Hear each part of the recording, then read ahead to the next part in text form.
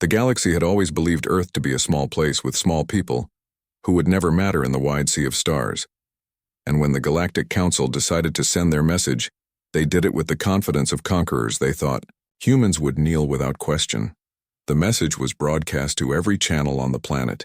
It was translated into every language, and it carried the same cold command: surrender or be destroyed. The council envoy spoke as if humanity was no more than a stubborn child playing at strength. The voice was calm but full of disdain, telling humans that resistance was useless, that their fragile species had no future if they stood alone. On Earth, the message was like a storm crashing over the world. Families watched it on glowing screens in their living rooms. Children clung to their parents asking if aliens were real and if they were going to die.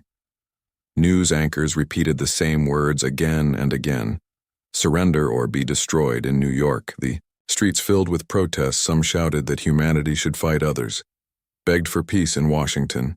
Leaders gathered in a secure chamber under the White House. The room was filled with tense faces. Generals in uniform sat next to diplomats, scientists and intelligence officers, each one knowing the weight of the choice before them. Outside the chamber, reporters shouted questions and cameras flashed, capturing fear and uncertainty. Inside the chamber, silence fell after the message ended. The heavy words hung in the air like smoke.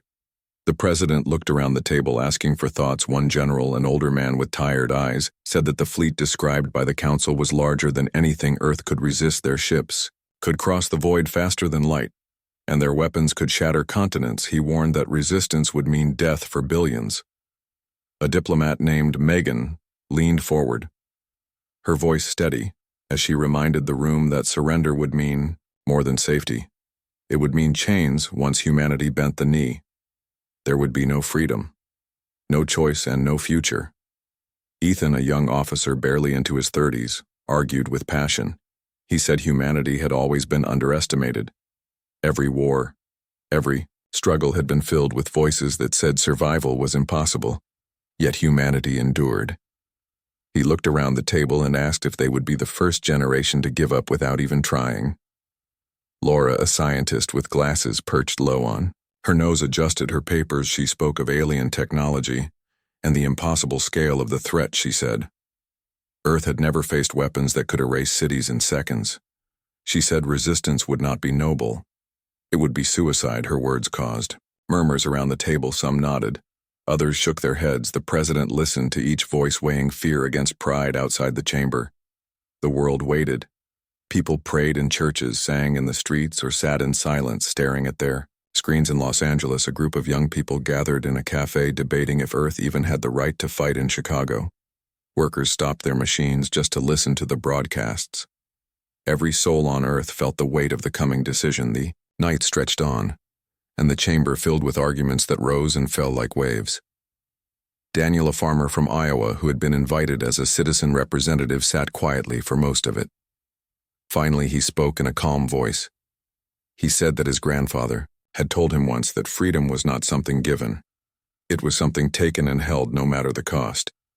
He said he was just a farmer, but he had children, and he would rather they live free for one day than live as slaves for 1,000 years. His words were simple, but they struck the room harder than the speeches of generals and scholars. Silence followed again. Only the hum of air machines filled the room. As dawn broke, the decision was made. Scribes prepared the official reply. It would be broadcast back to the Galactic Council through the same channels. Soldiers guarded the transmission chamber, their rifles tight in their hands. Technicians stood ready to press the button and send the signal. The entire world watched, screens flickering. In homes, schools, bars, and offices, a billion eyes waiting for the answer that would shape their destiny. No speeches were written, no long declarations crafted. Instead, there was only one word. The weight of all human history seemed to rest on those few letters. The world seemed to hold its breath as the reply was prepared and the button was pushed. Far across the stars, in the shining halls of the Galactic Council, the message arrived. Alien leaders leaned forward, their strange eyes wide as they read it. One word so short yet so powerful. Silence filled the chamber. Diplomats whispered in disbelief. Warriors laughed nervously.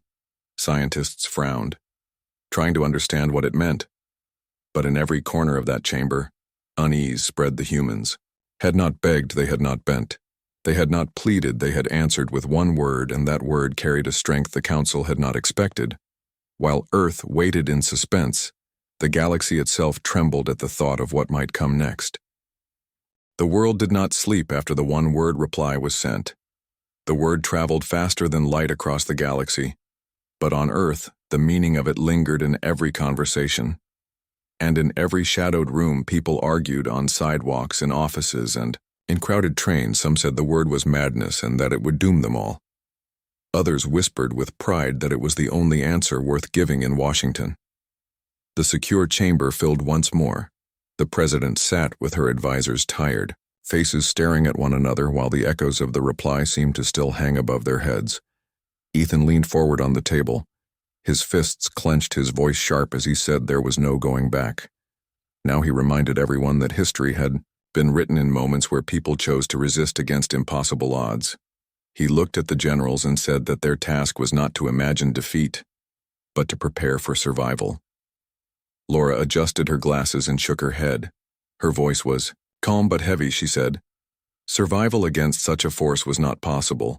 She spoke of alien weapons that could fire beams strong enough to pierce mountains and shields that could hold against nuclear strikes.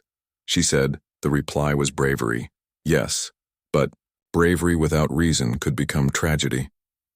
Megan, the diplomat, kept her eyes on the others and said that the council might not move at once. She said that the one-word reply had shaken them, and that fear and pride would be fighting in their chambers. Even now, she said that perhaps there was time to plan and to build allies. She spoke of other species who lived in silence under the council rule, and she wondered aloud if they might be waiting for someone to stand against the empire.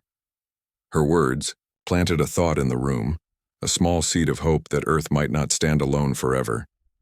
Daniel the farmer sat in his plain shirt and spoke again. He said he had seen fear in his children's eyes when the message first came, and now he saw something different. They were proud. He said that pride was dangerous, but it was also powerful, and he believed that if humanity was united, it could do things. No one imagined his words were slow and quiet, but they calmed the room in a way numbers and graphs could not. Outside the chamber, cameras flashed and the press demanded answers. Rumors spread across the internet. Some said Earth was already building secret weapons. Others said alien spies were on the planet, watching for weakness in homes across the country. Families argued. Fathers told sons that it was better to live a slave than to die. Mothers told daughters that freedom was not something to surrender easily. Young people filled online spaces with debates and songs. Some sang old war ballads, others wrote new ones with the single-word reply repeated like a battle cry in the streets of Los Angeles. Marches began. Young men and women carried flags and banners painted with the reply, their voices rising through the night while police tried to keep order. Meanwhile, in the skies above Earth, satellites carried more than data. They carried fear as they tracked strange signals, fleets of alien ships moving and gathering far beyond the solar system. The generals studied the patterns, and their hands shook as they marked the numbers on the maps. One general whispered that humanity had weeks at most before the Armada arrived. Ethan said, weeks were enough if every hour was used well. Factories began to run through the nightlights, glowing across the plains as machines were pushed to their limits. Engineers worked with sweat dripping from their brows, trying to reshape old rockets into weapons and to find strength in what little alien wreckage had ever fallen to Earth. Laura stayed in her lab night after night, her team working in silence as they tried to read alien fragments, old pieces recovered from crashes and hidden from the public. She told herself that maybe, just maybe, they could adapt one device or one shield. Before the fleets arrived, she was not sure, but she worked anyway. Megan reached out through secret channels to whisper to other alien diplomats through encrypted signals, risking everything to ask if they too were tired of bending to the council. Some replies came back vague, some silent, but one short reply gave her chills, a voice from far away saying, "We are listening." Daniel returned to Iowa for a short time. He stood in his barn looking at the fields he had worked all his life. He held his children close and told them not to be afraid. He joined the Defense Force a week later. His neighbors followed him. Men and women who had never held more than farm tools now stood in line to learn how to fight, their hands trembling. But their eyes steady. The military officers who trained them said they had never seen such determination. Ordinary people from towns and cities arriving each day ready to take up arms or to build or to serve in any way they could. As days passed, Earth seemed to change. The fear was still there, but it was mixed with something stronger, a unity not felt before. Strangers helped strangers. Neighbors stood together. Songs filled the streets, and the one-word reply was painted on walls, carved into wood, and whispered. In prayers at night, Ethan walked through the barracks and saw the new recruits. He spoke to them not as soldiers, but as brothers and sisters, telling them that they were the shield of their world. He reminded them that history was watching and that they carried the voice of every human who ever lived. In space, the alien fleets grew closer, their engines burning bright against the dark void. The council leaders argued in their chambers. Some wanted to strike at once to make Earth an example. Others hesitated, wondering if the humans had more power hidden behind their defiant word. Spies reported back that Earth was weak. But there was something in the reports that unsettled the council. The humans were not begging. They were building.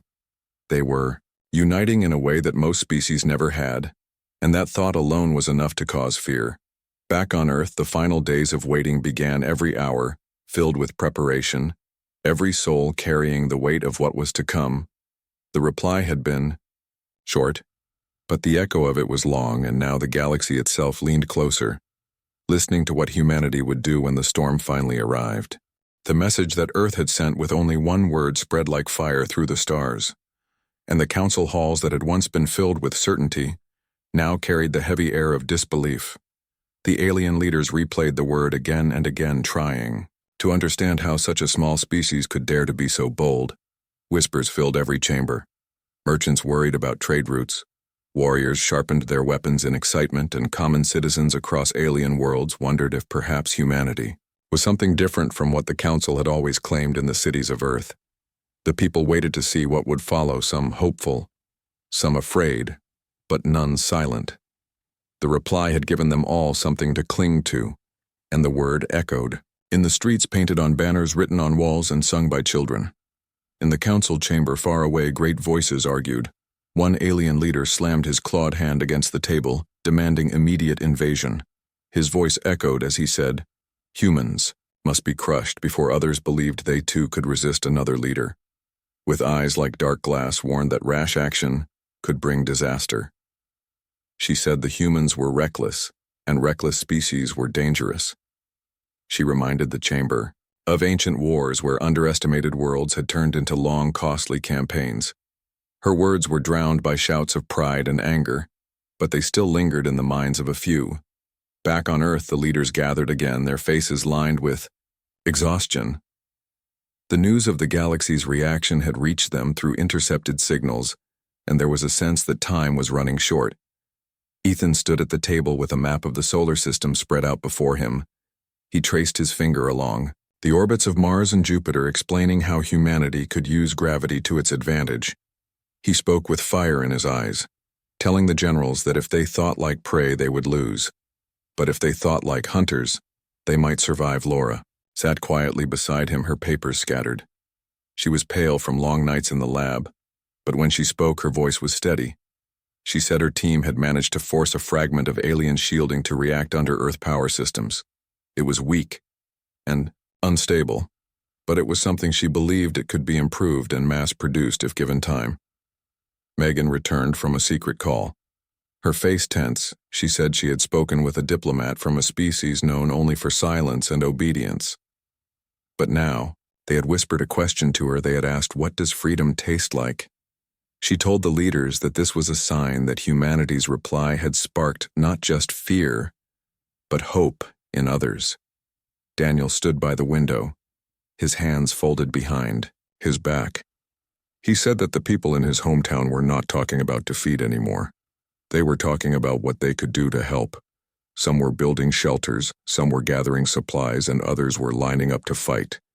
He said they were afraid, but their fear had turned into determination. In the streets of Earth, life was strange. Factories ran all night, their chimneys spitting smoke into the sky, while students filled classrooms not with lessons but with drills. Men and women, once working as teachers or cooks, now carried rifles in training fields. Young voices shouted in unison as they marched, their boots thundering against the ground. Music blared from speakers carrying old songs of resistance mixed with new ones written. About the single-word reply that had shocked the stars, children wore bracelets and shirts marked with the word. And even in fear, they smiled as if part of something greater. Above the planet, satellites captured the approach of the alien armada. The numbers were vast, more ships than any Earth leader wanted to count. The Council believed that fear would break humanity before the first shot was fired, but the effect was different. People saw the glowing lights of the fleet moving closer, and instead of silence, they shouted louder. Banners waved in city squares, and the word that had been sent became a chant on every continent. Ethan stood before his recruits and told them that no battle was ever won by numbers alone. It was won by the spirit of those who refused to yield. Laura in her lab pressed buttons and whispered prayers as the shield prototype flickered. Megan continued to send messages into the void, hoping to build bridges with other species that watched in secret. And Daniel stood with his neighbors, carrying weapons heavier than they had ever known, but carrying them with steady hands. In the alien council chamber, arguments turned to rage. Some demanded that Earth be burned to ash. Others argued for caution. One diplomat whispered that if the humans were not destroyed quickly, they would become a spark that could not be put out. But his warning was dismissed with laughter. Yet in the quiet corners of the galaxy, small groups of aliens began to gather, speaking softly about Earth and about the word that had been spoken. Some decided to wait. Some decided to watch, and a few decided to prepare for what might come. As the final days before the clash drew close, Earth was no longer the same planet it had been before. The message factories had turned into fortresses. Schools had turned into training halls. Families had turned into soldiers, and neighbors had turned into comrades. The world that the Council thought weak was now harder, sharper, and louder. And every night when the stars lit the sky, people lifted their eyes and repeated the word that had carried them this far. They did not know if tomorrow would bring fire or freedom, but they knew they would meet it standing tall. The word that had once been sent in defiance had now become their promise, and the galaxy leaned closer to hear what would follow. The chamber of the Galactic Council was still echoing with whispers from the last session, when news arrived that human ships had crossed yet another boundary that no one had expected them to reach. The tension that had been simmering for months was now like a fire waiting for air to turn into a storm. Ambassadors from dozens of worlds sat in the massive hall. Some spoke in low tones, others kept staring at the center platform, as if waiting for something to happen. The humans had not spoken since their one-word reply that had shaken the galaxy. Yet their silence after that reply had made everyone even more nervous. Nathan sat in his seat among the human delegation, his eyes scanning the room. He could sense the fear, the mistrust, and the curiosity. Many alien representatives avoided his gaze, while others seemed almost desperate to know what humanity planned to do. Beside him sat Claire, who was writing quick notes on a tablet, her calm face hiding the pressure inside her heart. The Council demanded explanations. They wanted to know if humanity's word was just a bluff, or if it carried the weight of action. When the Council leader finally struck the gong, the noise fell silent. He was a tall being from the Thalorian race. His voice deep and slow like moving stones, he asked the human side to step forward and explain themselves. Nathan stood his back straight, his face serious. He walked to the center of the chamber. Every eye on him, he could hear his own steps echoing. He knew he had to hold the room with his presence alone. He spoke slowly, telling them that humanity had no interest in war, but that they would not bend to threats. He reminded them of their history of survival, and how they were not strangers to impossible odds. He reminded them how they had stood alone on their own world, facing extinction again and again, and yet had always risen stronger than before. His words were simple but heavy.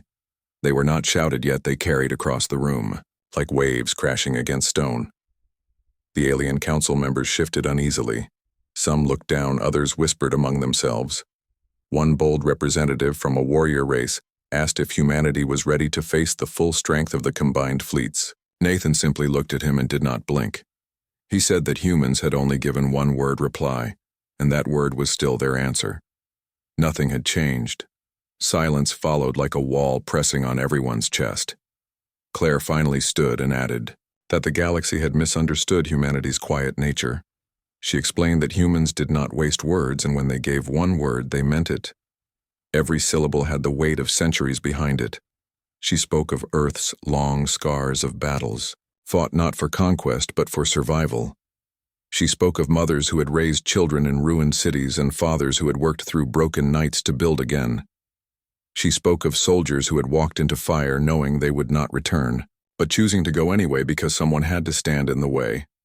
The chamber was silent as her voice filled it, not with threats, but with truth. A silence stretched so long that even the translator drones paused, unsure if they had missed something. Then a new voice cut through, a representative from a merchant world asking what humans actually wanted. Nathan turned his head slowly and answered with only a few words. Humanity wanted respect and freedom to decide their own future. And if that was denied, then humanity would do what it always had done. It would fight until the end. The words were not loud, but the meaning was clear. The chamber broke into noise. Some delegates demanded sanctions. Others whispered that it was madness to push further against humanity. A few looked fearful, and a rare few even looked hopeful, as if they had finally found a people who would not bow to the empire of fear. The council leader banged the gong again to restore order, but the air could not be calm. The shock had already settled into every corner. Meanwhile, in the human delegation's private quarters, Nathan, Claire, and the others gathered around a large hollow map of the galaxy. Military advisors had joined them, showing possible movements of fleets. They knew war might come, but they also knew that humanity could not afford to show weakness. Not now. Not after the one-word reply that had spread like fire across the stars. Claire pointed to sectors where allies might secretly support them, smaller worlds tired of the Council's dominance. Nathan listened carefully. Noting every possibility, he understood that the word humanity had spoken was no longer just a word. It was now a promise. Messages flooded through secret channels, smaller planets begging for protection. Rebel groups reaching out, offering alliance, even some council members sending coded signals of support. Humanity's reply had cracked something open in the galaxy. It had exposed fear, but also inspired courage. Nathan felt the weight of this as he looked at the map. The galaxy was no longer the same as it had been before their reply. Now every step they took would decide the fate of millions beyond their own world. Far from the council chamber, fleets began to move. Scouts reported human ships training with unusual intensity, simulations of battles running day and night. The galaxy watched every move, hoping to find weakness, but finding instead a strange calm. Humans trained not with desperation, but with quiet focus, as if they had already accepted what was coming and were simply preparing to meet it. This unnerved their enemies even more because it showed no sign of panic, no sign of fear. Back at the council chamber, another meeting was called. This time behind closed doors, the most powerful empires gathered without inviting humanity. They debated for hours, their words sharp, their fears sharper. They asked each other how a single word could hold such power, why the humans did not beg, why they did not try to explain themselves like others always did, and finally why the humans did not seem afraid of death after long hours. No clear answer came, and the chamber emptied with more questions than before. Claire returned to her quarters late. That night she found Nathan standing at the window looking out at the stars. He did not move as she entered. She asked him if he thought the council would choose peace. He stayed silent for a long time before saying that peace was always possible, but rarely chosen by those who held power. He turned to her, his eyes calm but heavy with the knowledge that the storm was near. She nodded, knowing he was right. They both stood there watching the stars, knowing the next days would shape the galaxy forever. News of humanity's defiance spread faster than fire across dry fields on distant worlds. Children whispered the story in crowded streets, workers repeated it in factories, soldiers talked about it in barracks. It became more than just politics. It became a story of courage and refusal to kneel for some. It was frightening for others. It was hope either way. It was unstoppable. It grew larger than the humans themselves, like a shadow cast across the entire galaxy. The council could not stop the whispers, nor could it erase the one word that humans had spoken already. Some of the strongest powers began to consider striking early before humans grew stronger. Others hesitated, fearing that such an attack would only prove the humans right. The galaxy trembled on the edge of a choice, and humanity stood waiting, ready to accept whatever came, because they had already spoken their truth, and they would not take it back. Nathan knew the coming storm would test them beyond limits, but he also knew something else. He knew that the word they had given would bind them together stronger than any fleet or weapon. Because it was not just a message to the galaxy, it was a promise to themselves, and promises once spoken by humanity were never broken. The night on the council station was quiet, but inside the human quarters there was no rest. Nathan sat at the long table with Claire and the senior officers, their faces lit by the faint glow of the hollow map that displayed the galaxy with its many stars and borders. They were not simply talking about strategies, they were talking about survival, and the message that had already gone too far to be undone. The one-word reply humanity had given was echoing louder with each passing day, and it was no longer just politics, it was becoming a story that people across the galaxy could not stop repeating. Nathan leaned back in his chair, his eyes heavy with the weight of responsibility. He thought about Earth far away, about the people who were waiting, and about the fear that was spreading among the colonies. He knew that every decision he made here would echo back home, to farmers working their fields, to children walking to school, to families that just wanted peace. Claire spoke quietly, but firmly, telling him that humanity had already crossed a line there was no going back. The galaxy had taken their word seriously, and now they had to show that they meant it. Outside the chamber, word of rebellion was beginning to spread on distant worlds. Smaller planets that had long been under the control of powerful empires were daring to speak in whispers about resistance. They had heard that the humans had said no, and had stood their ground without flinching, and this simple act had lit a fire in their hearts. For the first time in years, they believed someone else might do what they never dared. Nathan read reports that some small fleets had even started painting human flags on their ships in silent support. Claire smiled faintly when she saw these reports, but she also knew that such acts would soon bring punishment from the larger empires. Back in the council hall, the debates grew louder every day. Ambassadors accused each other of weakness and delay. Some shouted that humanity should be crushed before they grew too strong. Others said that the humans should be watched but not touched, fearing that their destruction might unite even more worlds against the council. The leader of the council tried to keep order, but the chamber was breaking apart from inside, each voice pulling in a different direction. Nathan and Claire attended every session, watching carefully, listening to the cracks growing wider. They did not need to speak much. They knew silence was more powerful. Now their one-word reply still hung in the air, and saying more would only weaken it. But outside the political stage, preparations were being made in silence on hidden docks. Human engineers worked night and day, building ships with whatever resources. They had pilots trained in secret simulators, running drills until their eyes burned and their bodies ached. Soldiers prepared with the quiet determination of people who already knew what was coming.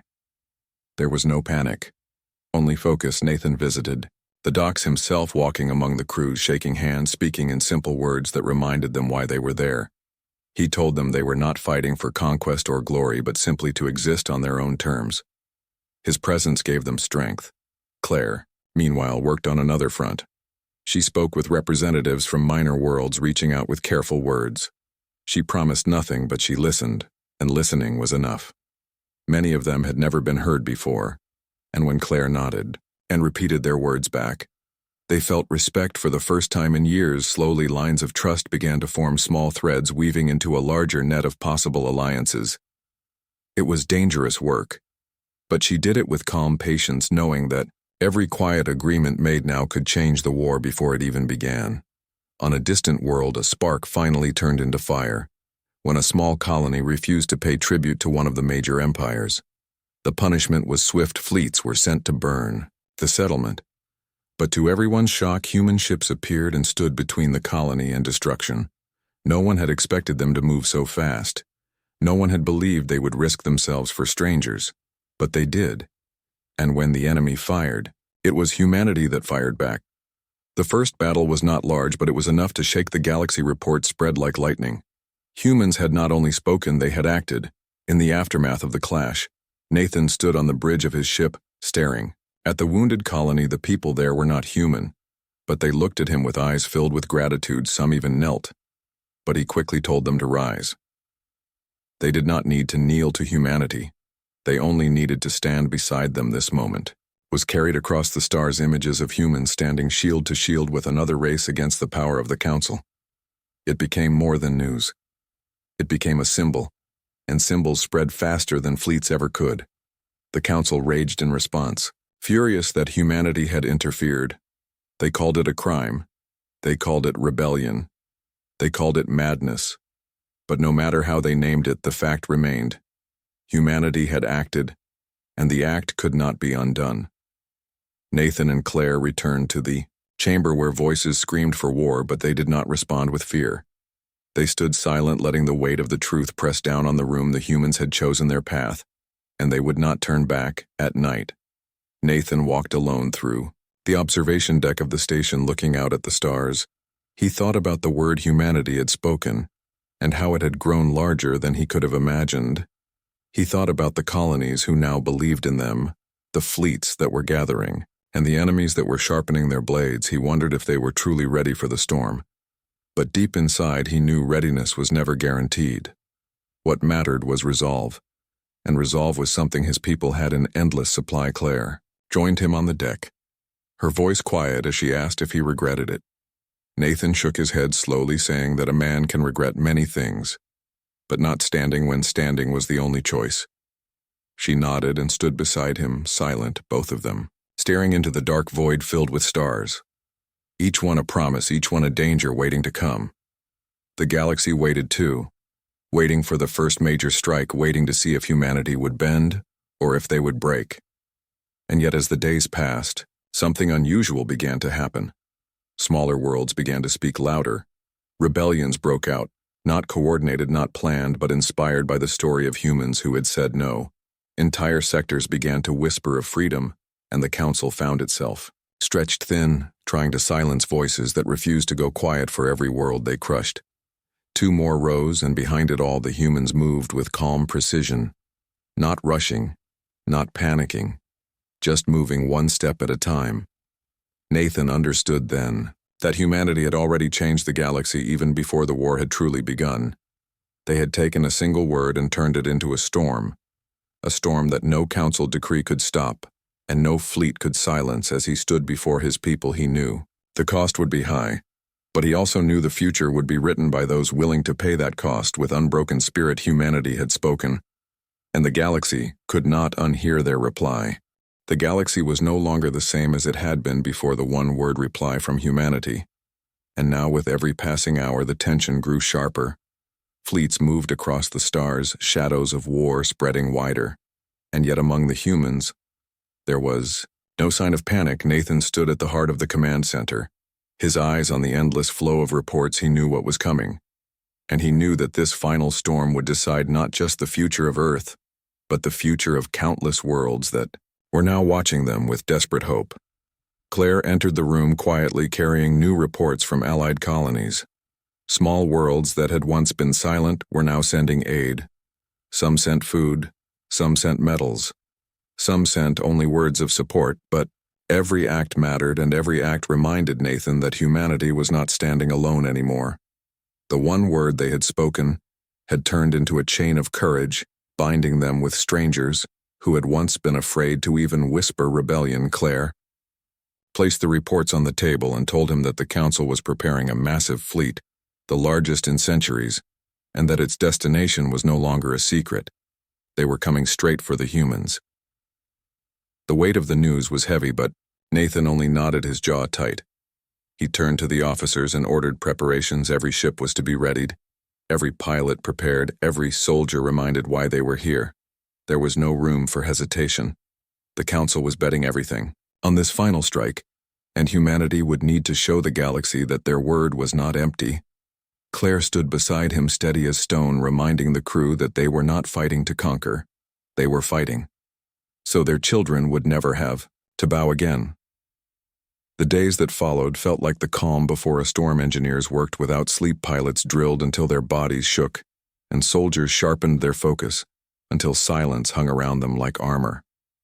Nathan walked among them, speaking not with speeches but with simple words, reminding them that they were enough, that they carried the spirit of all who came before them. Claire moved through the medical bays speaking with the wounded who still wanted to return to the fight. Her presence gave them strength, and her quiet determination became a light in the shadow of fear. Then the day came. Scouts reported the Council fleet entering the sector. It stretched across space like a wall of steel, endless rows of warships moving, as one the galaxy held its breath watching the storm fall. Nathan stood on the bridge of his flagship, his face calm, his hands steady, his eyes fixed on the horizon of stars. Claire stood beside him, her gaze hard, but her voice soft, reminding him that no matter what happened, they had already changed the galaxy. The one word had already broken chains that had held for centuries. Nathan nodded, but inside he felt the fire of duty. The Council wanted to erase them, and he would not allow it. The battle began with silence. Then the first strike lit the void like fire across the night. Human ships moved fast, weaving through the larger fleet like hunters in the dark. They were outnumbered but not outwilled. Every ship fought as if the survival of their entire species rested on their shoulders, and in truth it did. Nathan gave orders with calm precision, his voice carrying certainty that spread through the comms like a shield. Claire coordinated the support fleets, directing reinforcements to where they were needed most, her words steady even when chaos raged outside. The Council ships fired with overwhelming force, but again and again the humans refused to break. They fought with every weapon they had, with every trick, every ounce of resolve. Pilots rammed enemy ships when out of ammo. Soldiers aboard boarding craft fought with bare hands when their guns ran dry, and still they held the line. The galaxy watched as the impossible unfolded, as humans stood against an armada that should have erased them in moments, and yet hour after hour the fight continued. Nathan knew they could not outlast forever, but they did not need forever. They only needed to show the galaxy that the Council could bleed. And bleed. It did slowly. Cracks began to appear in the Council lines. Smaller fleets hesitated. Some even broke away, unwilling to die for leaders they no longer trusted. Whispers spread across comms of desertion, of rebellion. The story of the humans fighting with unshaken spirit was already spreading faster than the battle itself. Nathan pressed the advantage, driving his fleet with every ounce of strength, his voice carrying through the storm, reminding them what they fought for. Not survival alone, but for dignity and freedom. Claire relayed his words across allied channels, and one by one small fleets joined the humans, turning the tide of the battle. The Council leaders watched in fury as their perfect wall began to crumble. The humans had done what none thought possible. They had turned fear into fire and fire into defiance, and that defiance was spreading like wildfire across the stars. The battle raged on debris floating through the void, silent witnesses to sacrifice and courage. Nathan's flagship shuddered, under heavy fire alarms ringing, but he stood tall, refusing to show fear. Claire gripped the console, her knuckles white but her eyes steady. She whispered that even if this was the end, it was the kind of end that changed everything. But it was not. The end. Reinforcements poured in from unexpected corners. Fleets that had once sworn loyalty to the Council now turned their guns against it. They had been waiting for proof that someone could stand, proof that the Council was not untouchable, and now they had it. Nathan realized then that humanity had already won, not by destroying the Council fleet but by breaking its illusion of power.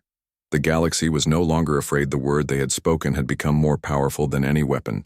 Last, after hours that felt like days, the Council fleet began to withdraw, broken not by numbers but by spirit. The humans had held the line. They had survived against the greatest force the galaxy had ever seen. Nathan stood on the bridge as the last enemy ships vanished into the dark, his body exhausted, his heart heavy with the cost, but his spirit unbroken. Claire placed a hand on his shoulder, her voice low but strong, telling him that the galaxy would never forget this day, and she was right. Across the stars, people were already speaking of the battle as the moment everything changed. When Nathan finally addressed his people, he did not speak of victory or glory. He spoke of sacrifice, of the lives lost and the price paid. He reminded them that freedom was never free but always worth the cost. His words were simple, but they carried through every ship, every colony, every world that had listened and believed. Claire added that humanity's story was not just their own anymore. It belonged to every being who wanted to live free, without chains, without fear, and for the first time in centuries, hope spread faster than fear. The council was not gone, but its shadow was broken. The galaxy had seen that power could be challenged, and that even the smallest voice could shake the largest throne, and at the heart of it all was humanity, standing together unyielding, because they had spoken one word and had refused to take it back. Nathan looked out at the stars, his eyes tired, but burning with quiet fire. He knew the road ahead would still be hard. Battles would still come, sacrifices would still be demanded, but the course of history had already shifted, and it could never return to what it was. Before Claire stood beside him, silent but strong. Together they watched the endless night, not with fear, but with resolve, knowing that the galaxy had heard their word and would never forget it.